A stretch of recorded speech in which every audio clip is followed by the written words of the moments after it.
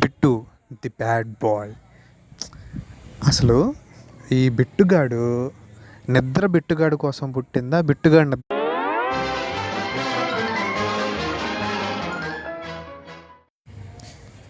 Bit the bad boy.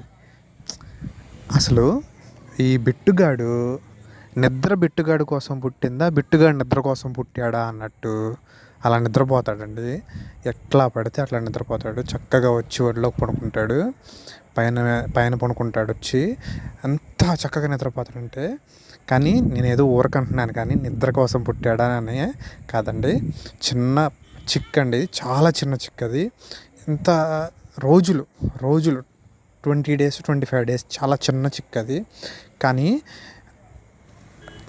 మనం పుట్టిన పిల్లలు కూడా ఎలాగా ఉంటారు?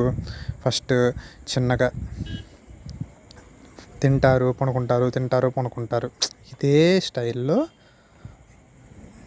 మా బిట్టుగాడు కూడా చిన్న చిక్కు కాబట్టి తెగ నిద్రపోతూ ఉంటుంది.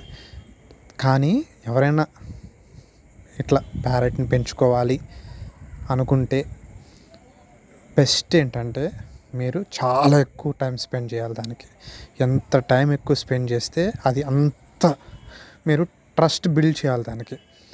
ఇప్పుడు ఈ బిట్టుగాడు ఇలా పిలవగానే అలా వచ్చేస్తాడు. బిట్టు అనగానే చాలా దగ్గరికి వచ్చేస్తాడు. ఎందుకు అంటే, అండ్ మనం ఇచ్చే టచ్ కూడా వాడికి చాలా సాఫ్ట్గా ఉండాలండి. చాలామంది ఏం చేస్తారంటే, దగ్గరికి రాగానే టక యాక్చువల్లీ గుడ్ టచ్ ఎక్కడ హెడ్ మీద, నెక్ మీద, చిక్స్ మీద, ఇక్కడ చాలా గుడ్ టచ్ అనమాట అది.